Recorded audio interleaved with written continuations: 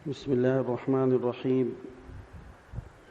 نحمد ونصلی وسلم علی رسول الکریم۔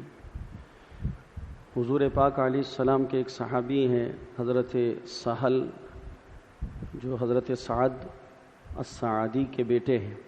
دونوں باپ بیٹے صحابی ہیں، دونوں مسلمان ہیں۔ حضرت سہل بن سعد السعدی رضی اللہ عنہما کہتے ہیں کہ اللہ تعالیٰ کے پیارے نبی صلی اللہ علیہ وسلم نے ایک موقع پر ارشاد فرمایا کہ لوگوں،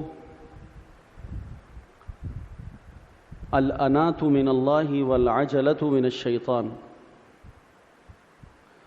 احادیث کے اندر تین طرح کی احادیثیں ہمیں ملتی ہیں۔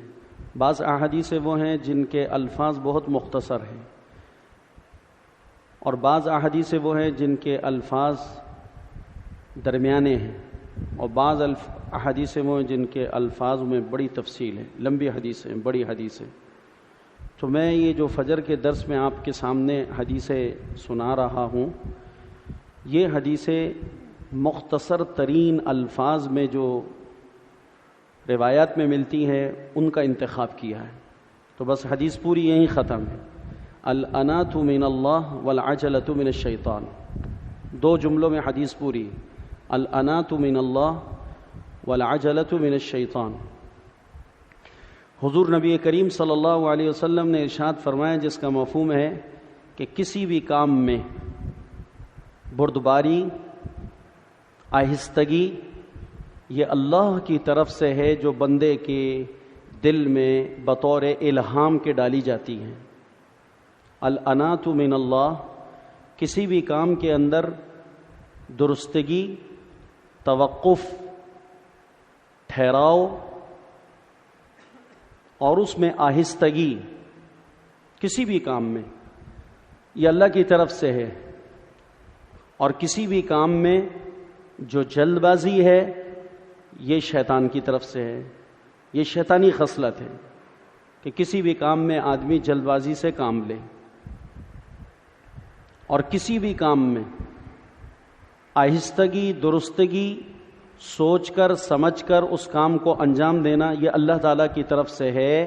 یعنی اللہ جب اپنے کسی بندے کے دل میں اس کا الہام فرماتے ہیں تو اس بندے کی طبیعت کا مزاج اس طرح بن جاتا ہے کہ وہ کسی بھی کام کو جلد بازی میں نہیں کرتا،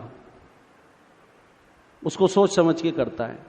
اور جب اللہ تعالیٰ اپنے کسی بندے کو اس صفت الہامی سے محروم کر دیتے ہیں اور وہ ہر کام کے اندر جلد بازی کا مظاہرہ کرتا ہے، تو یہ جلد بازی شیطان کے تسلط اور اس کے اثر سے پیدا ہوتی ہے۔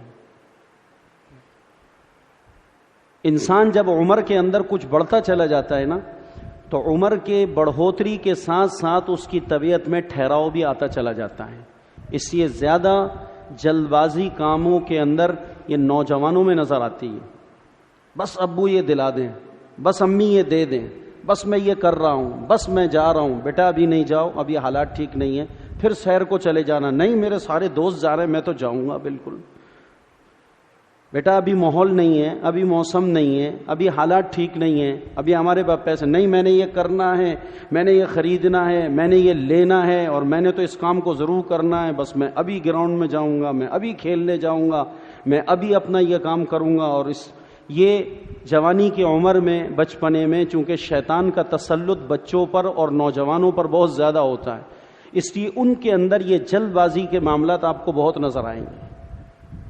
اور جب انسان کسی عمر کے حصے میں آ جاتا ہے، اس لیے آپ دیکھیں کہ جتنی ہمارے کراچی میں نہیں، پوری دنیا کے اندر آپ کو شادیاں ناکام نظر آئیں گی کہ طلاقیں ہو گئیں۔ ان طلاقوں کے اندر بھی آپ کو اکثر فگر ملے گا، جو آپ کو اکثر ایک تخمینہ ملے گا، وہ ان طلاقوں پر مبنی ہوتا ہے جو 5 سال شادی کی مدت کے اندر اندر طلاقیں ہیں۔ ایک بچہ ہوا طلاق ہو گئی، 2 بچے ہوئے طلاق ہو گئی۔ ایسا شاذ و نادر ہی سننے میں آئے گا کہ بڑے میاں کو شادی کیے ہوئے 50 سال ہو گئے ہیں اور اب بڑی بھی کو کیا دے دی؟ بولو بھائی، 40 سال ہو چکے ہیں، دونوں کو ساتھ رہتے ہوئے اب طلاق ہو گئی۔ 25-30 سال کا عرصہ زمانہ گزر گئے، اب طلاق ہو گئی۔ ایسے واقعات آپ کو دنیا کے اندر بہت تھوڑے ملیں گے، زیادہ کہاں ملیں گے؟ جوانی کے زمانے کے اندر ادھر بھی خون گرم ہے ادھر بھی خون گرم ہے، چھوٹی چھوٹی باتوں پہ لڑ رہے ہیں، چھوٹی چھوٹی باتوں پر آپس کے اندر ٹکراؤ ہو رہا ہے، اور اس کو نہیں سوچا جا رہا کہ ہمارے کسی بھی فیصلے کا کتنا نقصان ہماری پیدا ہونے والی نسل کو پہنچ سکتا ہے۔ وہ بھی جذبات میں، یہ بھی جذبات کے اندر۔ ارے چھوٹے بچے ہیں، معصوم بچے ہیں، ان بچوں کا تو کم از کم خیال کرو، اپنے ذاتی جذبات کو قربان کر دو۔ دونوں میں سے کوئی ایک قربانی کے لیے تیار ہو جائے، جو قربانی کے لیے تیار ہو جائے گا اللہ تعالیٰ اس کو چمکا دے گا، اللہ اس کو سرخ رو کر دے گا۔ اب یہاں تھوڑی سی بات ہے جو میں آپ سے عرض کرنا چاہتا ہوں، اللہ تعالیٰ آپ حضرات کی طلب کو مزید برکت عطا فرمائے کہ 1.5 سے 2 گھنٹہ 3 گھنٹہ مجمع ہوتا نہیں ہے، پھر اٹھ جاتا ہے اور پھر اس کے بعد آپ بیٹھیں۔ اللہ آپ لوگوں کی اس طلب کو قبول فرما لے۔ ورنہ میں نے تو اس دفعہ یہ نیت کی تھی کہ صبح کا درس موقوف کر دوں گا، میں نے کہا جب 2-4 سال گرمی کے نکل جائیں، جب لوگوں کو تھوڑا سونا مل جائے پھر درس دیں گے، لیکن پھر سوچا کہ نہیں، ایک تسلسل چلا آ رہا ہے، اس کو چلاتے رہو، شاید اللہ پاک کسی مجلس کو ہماری نجات کا ذریعہ بنا دے۔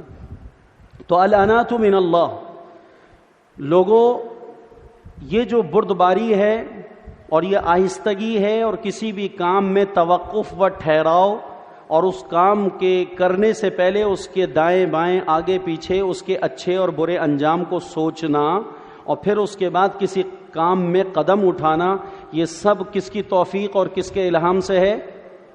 اللہ کی طرف سے ہے۔ اللہ اپنے بندے کو الہام کر رہا ہے، اجی دیکھو میرا بندہ، اس کام کے اندر جلد بازی نہ کرنا، اور اس کام کو بڑی آہستگی سے درستگی کے ساتھ کرنا، اور والعجلۃ من الشیطان، اور کسی بھی کام میں عجلت جو ہے یہ شیطان کی طرف سے ہے۔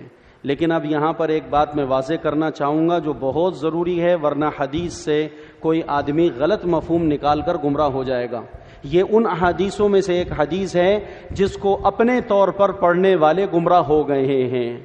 قرآن اور احادیث کے اندر کچھ آیات اور کچھ احادیث کا مجموعہ ایسا ہے، جب تک کسی بھی صحیح محدث کی تشریح اور کسی بھی عالم اور کسی بھی استاد کی موجودگی اور اس کی رہنمائی کے اندر اس آیت اور اس حدیث کو نہ سمجھا جائے، قرآن کا وہ حصہ، حدیث کا وہ حصہ لوگوں کے عقائد و نظریات اور ان کے عمل کو اور ان کی آخرت کو بگاڑنے کا ذریعہ بن جاتا ہے، لوگ برباد ہو جاتے ہیں۔